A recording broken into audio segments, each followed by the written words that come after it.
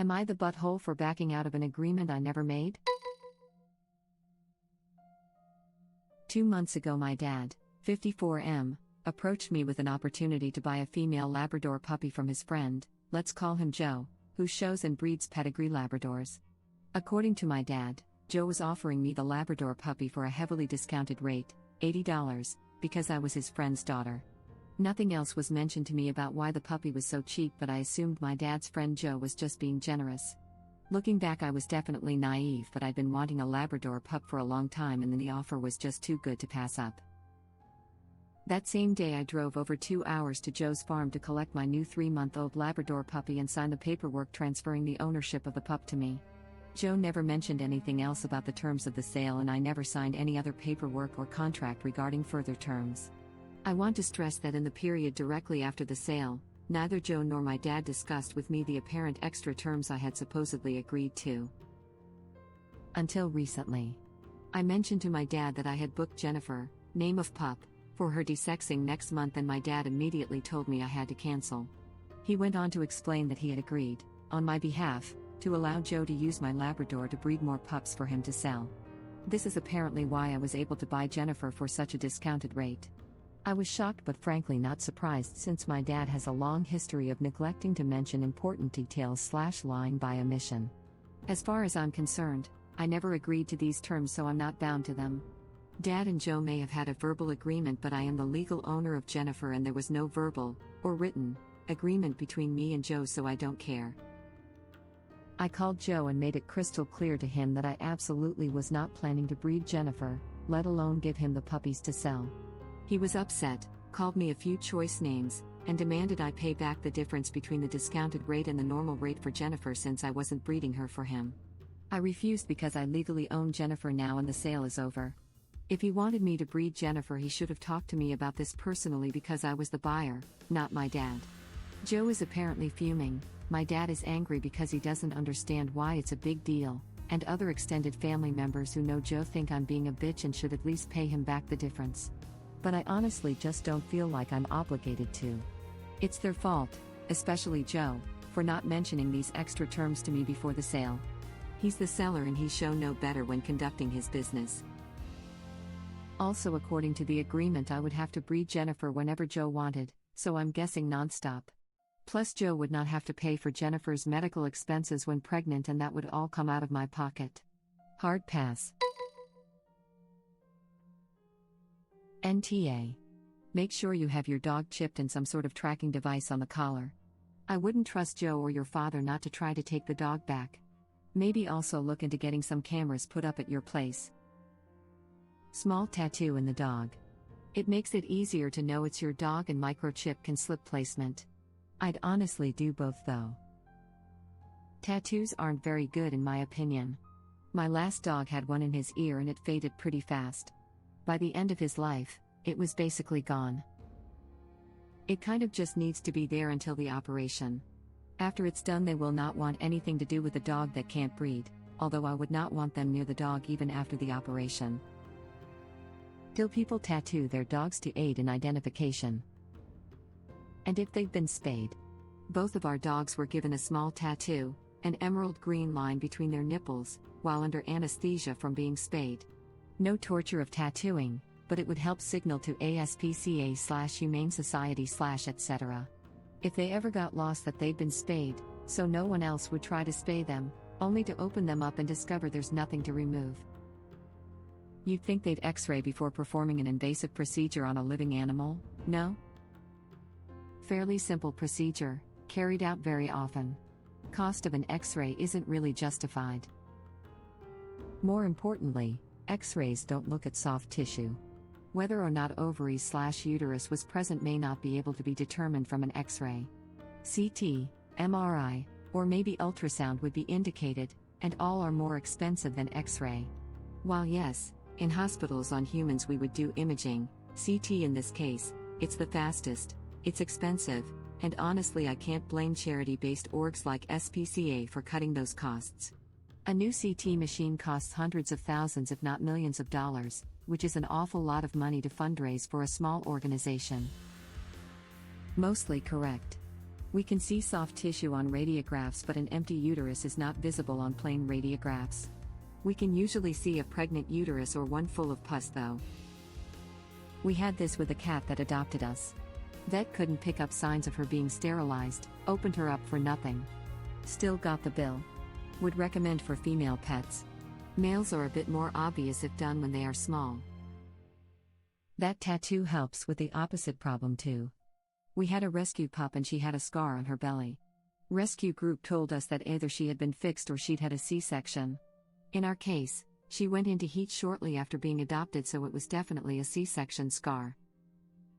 There's a group around where I live that spays/neuters feral cats. They cut off the tip of the cat's ear when they do it, so it's easy to see at a glance that the cat has already been fixed and no one will try and chase the cat down to bring it in. Is it just me that sounds effed up too? Why cut off part of the effing cat? It's the tip of the ear. Not much, just enough to show that it was clearly a straight cut, and thus deliberately done by humans and not in, say, a cat fight. They are unconscious when it's done during the spay/neuter. It doesn't bother them any, and it's not even enough for them to notice something off. Their ears still work perfectly, it's not like they're cut down to nubs. Honestly, it's a quick and easy way to make sure the cats don't get harassed, caught, and cut open a second time for no reason. It lets them live the rest of their lives in peace, or as much peace as a feral cat ever gets. It's supposed to just be the tip of the ear. A cat one of my family members owns had her ear docked halfway off. Logistically it makes sense, but many of the clipped-eared cats I've seen as pets from different parts of the country are missing far more ear than makes sense for a simple sterile. Yes/no, I'm not trying to pick a fight, but while in theory it's a fairly humane procedure, in practice, cutting so much off an animal's ear is likely to cause decreased hearing in the clipped side, because the shell of the ear is used to collect sound, and can be detrimental to them. Again, the practice makes sense, I just wish the people doing it would take more care in how much ear they remove. Cats' tummy are tattooed green once they are microchipped. Not always. Mine insisted on a tramp stamp. Not always. Mine insisted on a tramp stamp. I love you. I've had the worst night and your post just put the biggest smile on my face. This is a very delicate situation. I wouldn't want either of those men anywhere near the dog, regardless of the operation. My dog was neutered 7 years ago and his tattoo is still very visible while his microchip is halfway down his front leg. He's part black lab as well. I do agree both is better. I'd also not let her out to go to the bathroom without supervision.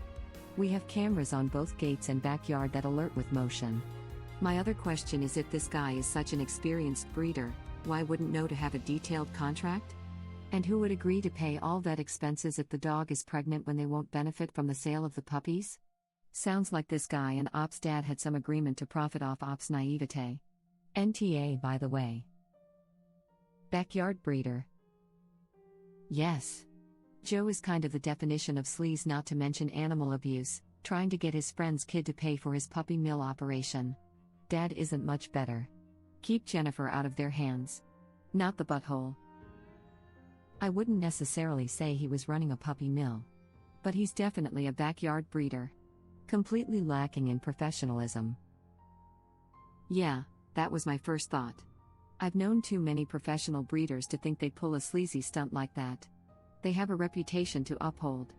I mean, yeah, there are some professionals who can be sleazy, but usually if it gets out that the professional pulled something like that, they wouldn't be professionals for long. Professional dog breeders gossip. A lot. This isn't even close to the definition of a backyard breeder.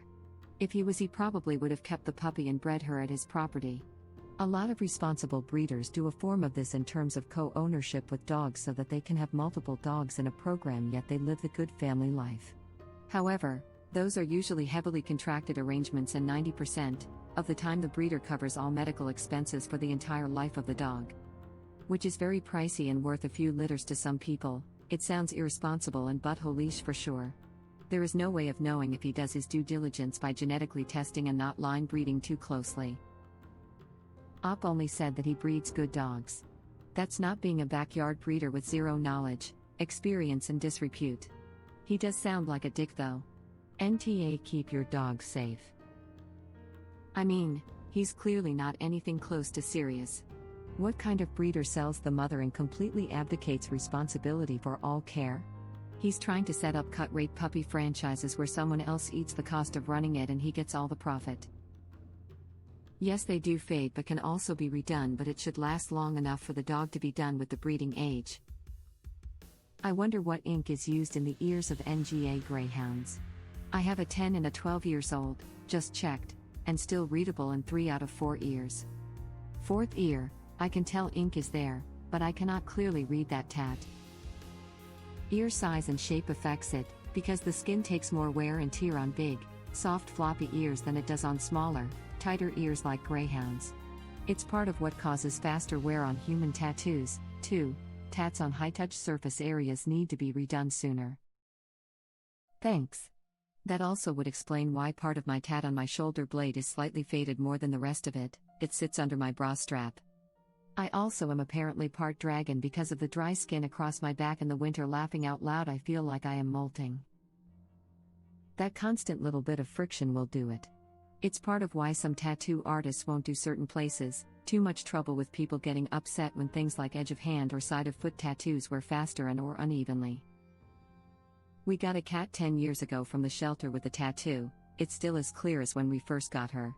It probably varies from animal to animal, but also we have no goddamn idea what that number is and we have never been able to figure it out. None of the vets she's gone to either.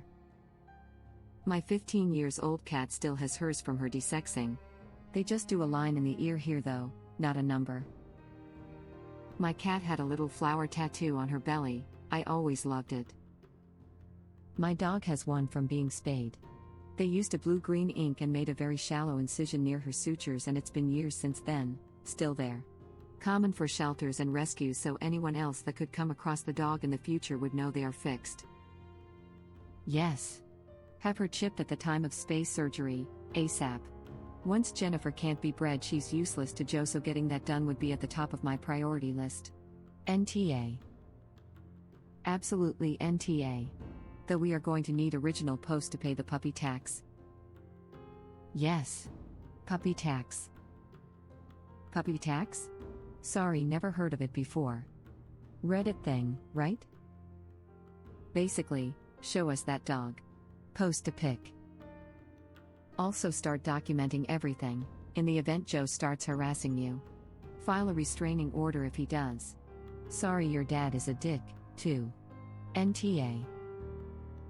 NTA. I would also bet that original post was given the discounted dog so as to appear as a different breeder with no link to Joe whatsoever. Get her neutered ASAP. Joe sounds like a puppy farmer to me. An anonymous call to animal control further down the line may not be a bad idea either. I didn't even see that one coming. Thank you. NTA. Have your dad pay the difference, as he was the one who deliberately lied by omission. Sounds reasonable at first. But if I think about it more than a second or two, I conclude that Joe is a jerk at best and deserves no additional compensation.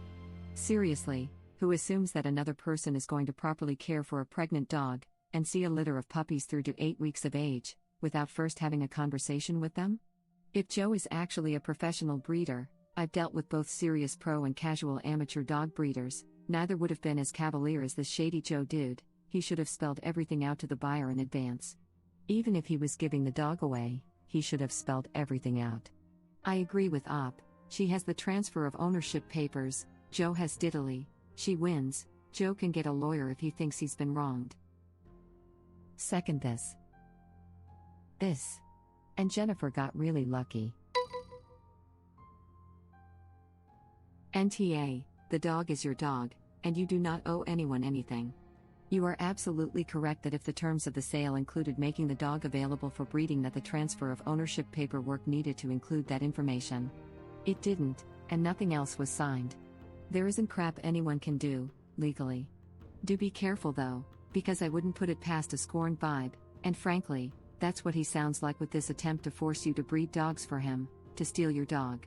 Make sure that she's never outside alone, be careful at dog parks, be sure she's chipped, and be clear with any groomers, daycare or boarding centers that you and only you are to pick up your dog. Would you mind clarifying what vibe is? Backyard breeder. It's always amazing to me how people think randomers on the internet are going to know these obscure acronyms. Why would most people know that? The responders are all correct, but I just want to confirm that's the case. Vibe in this instance is backyard breeder. Once the dog is spayed, Joe isn't stealing the dog. He's interested in money, not breaking the law for absolutely no reason. Fair point, although I'd fear that he'd take her to retaliate, not because he wants her. Reddit loves to go DEFCON 1. Joe isn't interested in retaliating. He'd be infinitely more likely to sue in small claims court than steal a dog. He, 1. Has no legal right to and knows it, 2. He has no use for and, 3. He's have to pay to care for, and can't make money from. I mean, Reddit definitely does go worst case scenario for stuff like this, but it's not completely unwarranted. People in conflict have definitely used or lashed out at pets simply to be a butthole. I think it's good to be prepared. Hope for the best but plan for the worst. He could attempt to bring a small claims suit, though. Original post needs to dig up their copy of the contract they signed, provided they asked for/received one, take detailed notes/screenshots of any and all communication between them, their dad, and Joe regarding the situation, and find any other information that would support their version of events. My dad was gifted a puppy, and I was her main caregiver as my dad was an alcoholic and never home and I was 18. It was a bereavement gift to him when my mom passed away. Father had an argument with said previous owner, who was a vibe, and the one day I spent a night at a friend's, they paid a neighbor to steal her back and I never saw my puppy again. Chip her, never leave her alone, and get cameras. Do all the things. I hate to say it, but if it just happened to go down the one night you were away, then your dad was in on it. It isn't like they were camped outside just watching for you to leave. Thank you for watching. If you like our videos, please like them on YouTube. And share them with your friends. Please subscribe to be the first to know about Red Rabbit Reader's new videos. We welcome your comments below. Another of our videos will begin shortly.